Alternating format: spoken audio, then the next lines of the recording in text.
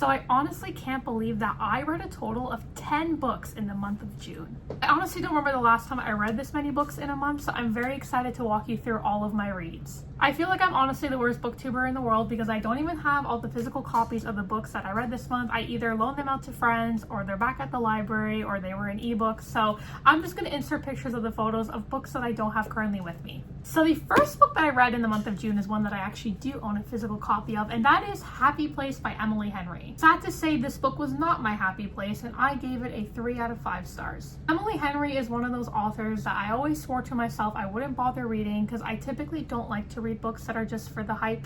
I usually like genres that are a little less popular, although recently I've been getting into more of a romance kick, so I guess you can say I'm sort of following onto the trendy side. And that's why I got Happy Place on a deal. If you can see here, the sticker actually says $10.99, so I actually bought this in Victoria, Canada when my friend and I were on a trip this summer. And I'm really glad to say I got it half off. It was not a really good book. I found the writing to be really mediocre and mid. The story was not investable to me. I didn't really care about the characters. I'm not saying I'm going to swear her off as an author forever, but this one just didn't hit it for me. Book number 2 is another disappointment and also another really popular book, and that is It Ends With Us by Colleen Hoover. I actually picked this up on a whim one day. In my neighborhood, we have this really cute library. If you have one of those in your neighborhood, I definitely encourage you to check it out because there's always a lot of little things that you can find to read. So I saw It Ends With Us, and I thought to myself, you know what? I'm never going to pay for a Colleen Hoover book, so I might as well just get it for free, and it's right here in front of me. And at that point, I was already really feeling the high from the other romance books that I was reading, so I thought I'm in the most open mind place in my life right now to actually try Colleen Hoover. Unfortunately, again, just like Emily Henry, the writing was mid, but I would actually argue the writing was even worse. The story itself was pretty cringy. There was a lot of insta-love. There were tropes there that I didn't appreciate.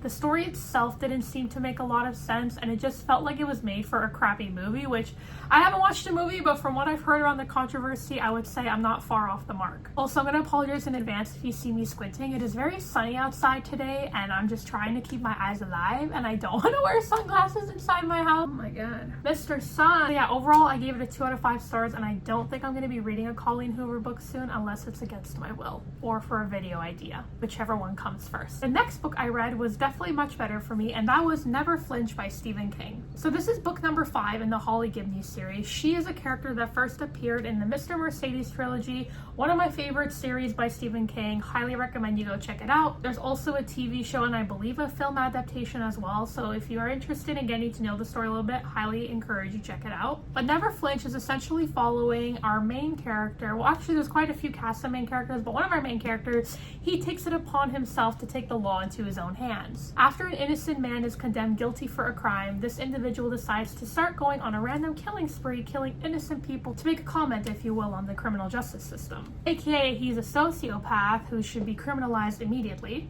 And then we have Holly Gibney, who's hired for her first gig as a bodyguard. She's the bodyguard to none other than Kate McKay, who is a women's activist going around the United States talking about her quote-unquote out-of-pocket ideas with the women of America. How these two stories intertwine was really interesting, and as typical, King does it really well with his captivating storytelling as well as his really quick pacing. It kept me on the edge of my seat. And ultimately, I gave this book a 4.5 out of 5 stars. Alright, and the next book that I read was actually also from the community library in my neighborhood, and that is none other than Middle of the Night by Riley Sager. Just for context, I have read one of Riley Sager's books before. I forgot the name of it, but I'll put a picture of it here, and I really freaking hated that book.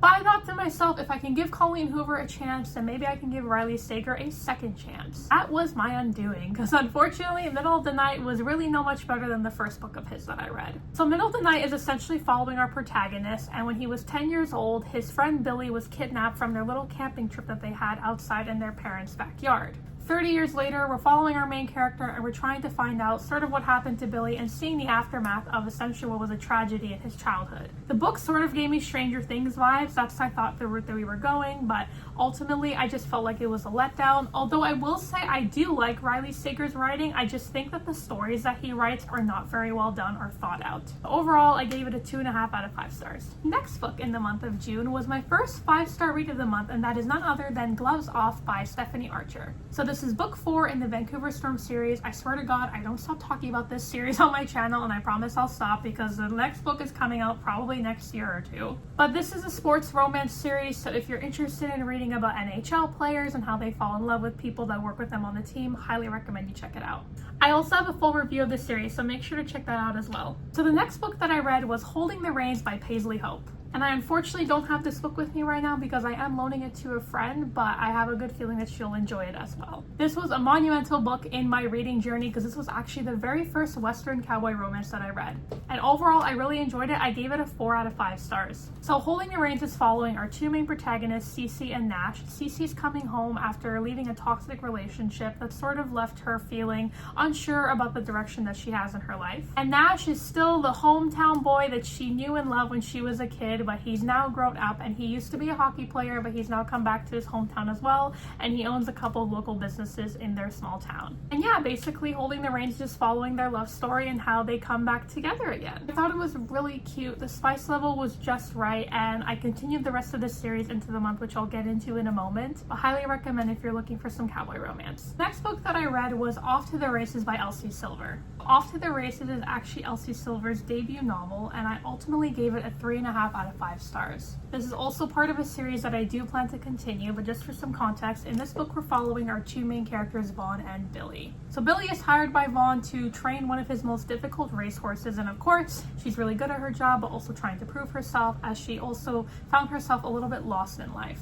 This is a typical enemies to lovers trope. I really enjoyed it. I will say the writing was a little subpar, and it definitely read like a debut novel. And I'm not saying it to knock Elsie Silver off in any way, as you'll come to see very soon. I actually really enjoy her writing, but this definitely read like a first book. Alright, the next book we have coming up is Flawless by Elsie Silver. So this was actually the series that my friend recommended to me when I was doing my little cowboy romance vlog, so definitely encourage you to check that one out. But essentially Flawless is following our 2 main characters, Summer and Rhett. So Rhett is a professional bull rider, but he unfortunately gets himself into a little unfortunate incident that's recorded and put it on the internet to shame him. Summer is the daughter of Rhett's agent, and essentially Summer is hired to become his full-time professional babysitter. He's not a huge fan of that. Obviously, it bruises his ego a little bit. What else can we expect from a man? But I genuinely found this so adorable. Ultimately, I gave it a 4.5 out of 5 stars. The huge difference between her debut novel versus this novel was that the characters here were way more fleshed out. There was a lot of emotional backstory to them, and I'm just very invested in continuing the series. I may or may not have bought the rest of them, so there may or may not be a series review coming up in the next few weeks. Absolutely adored. Alright, we're coming up on the last 2 books that I read for this month. I'm just going to group them together because they're part of the same series, and that's books 2 and 3 from the Silver Pine series. Training the Heart, now that I realize it actually follows a very similar storyline to Off to the Races. We have our main characters, Wade and Ivy, and similar to Billy, Ivy is actually also being hired by Wade in order to train one of his really difficult racehorses. Wade is actually Nash's brother from book 1, Holding the Reins, so that was really cute to continue the storyline of the Ashby family there. I actually really love this book so much that I gave it a 5 out of 5 stars. I really love this book because I could honestly just relate to Ivy Spencer so much. I felt like as a main character, she was really relatable. She talked about feeling insecure. She talked about how she wasn't sure if this relationship would work out, and just a lot of little things as a character and individual that I felt were very deeply personal to me. And also, like, again, the characters just had a backstory to each of them. It was really disheartening to hear about Ivy's toxic ex, and there was a little plot twist that I'm not going to spoil that really just kind of had my jaw drop on the floor because I didn't expect it coming. But yeah, the bar is here. The bar is where Wade Ashby is and the way he treats Ivy Spencer, and this is my new book boyfriend. And then we have book 3, which is Riding the High, and unfortunately, I didn't give it as high as a rating. It only got a 3.5 out of 5 stars for me. So in this 3rd book, we're following the 3rd Ashby brother, which is Cole, and he's sort of known as the player of the Ashby clan. But as fate will have it, he will actually accidentally get married in Vegas with one of his close childhood friends, Ginger.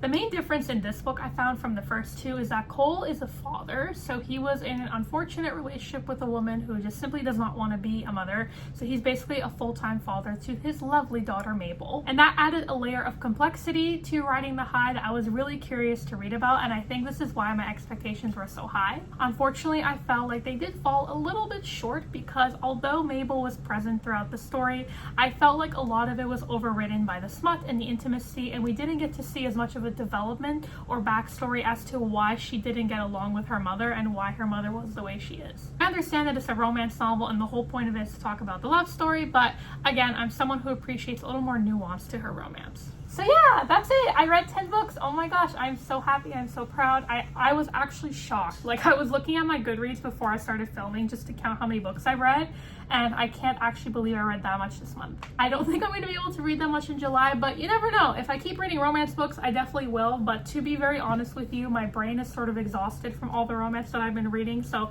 I'm going to try my best to dial it down for the month of July and sort of jump into other genres to really give my brain a break. Thanks so much for watching, guys. Let me know what books you read in the month of June. All right, I'll see you in the next one. Bye!